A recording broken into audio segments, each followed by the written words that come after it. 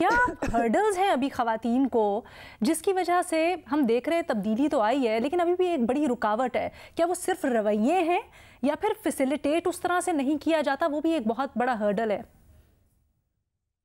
علینا، آج میں وزیر اعظم کو سن رہی تھی تو وہ بتا رہے تھے کہ اکانومی کا میں صرف 23% خواتین ہیں جو اکانومی کا حصہ ہے.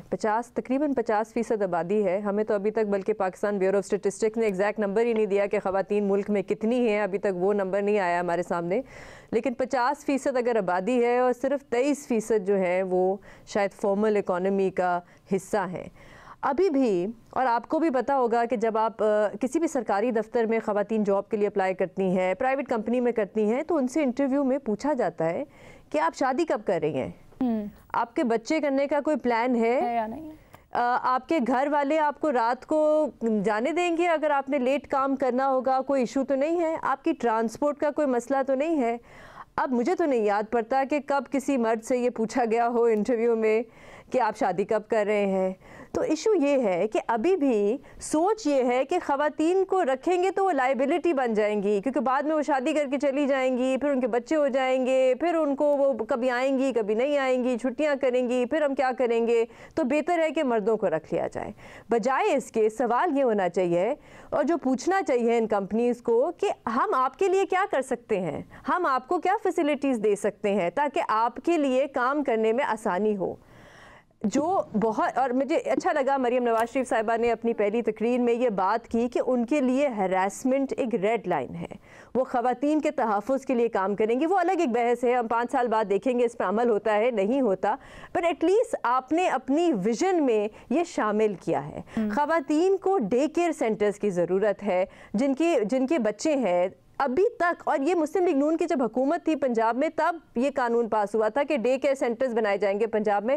آج تک بہت کم کمپنیز ہیں، سرکاری دفتر ہیں. ویسے ہر چیز ہماری گھوم پھر کے وہیں پر آ جاتی ہے. ہم کس طرح سے میسیجنگ بہتر کر سکتے ہیں، رویوں کو بہتر کر سکتے ہیں، کیونکہ وہ جڑ ہے ساری کی ساری چیزوں کی نا. لیکن پھر بھی میں سوال کروں گی کہ جب یہ سوال ہوتے ہیں، یہ رجحان پایا جاتا ہے، خاص کر کے آپ کے جو میل کولیگز ہیں ان کے اندر یہ سوچ پائی جاتی ہے کہ جی میں بھی تو اسی ادارے سے پڑھ کے نکلا، میری بھی ایجوکیشن اتنی ہی ہے، تو پھر اس کو پک اینڈ ڈراپ فیسیلٹی کیوں ہے، اس کو زیادہ بینیفٹس کیوں ہیں، اس کو فیسیلیٹیٹ کیوں کیا جا رہا ہے، اس کے لیے اتنا کچھ کیوں ہے. تو یہ سوچ ہم بدلنے کی، یا اس کی جو کمپٹیشن ایک بنا دیا جاتا ہے، اس کے لیے بھی تھوڑی سی میسیجنگ درست کرنے کی ضرورت نہیں ہے؟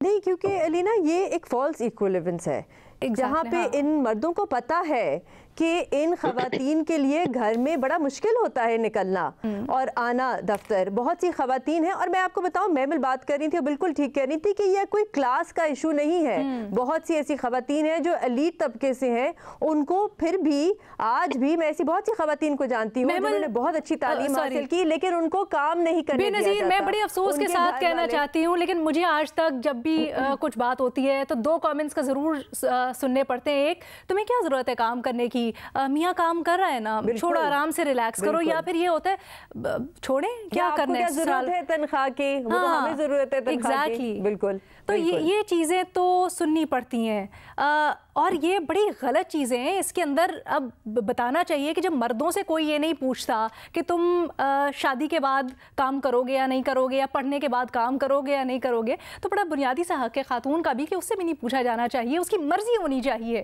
کہ وہ اپنی خواہش کے مطابق کام کرے یا نہ کرے.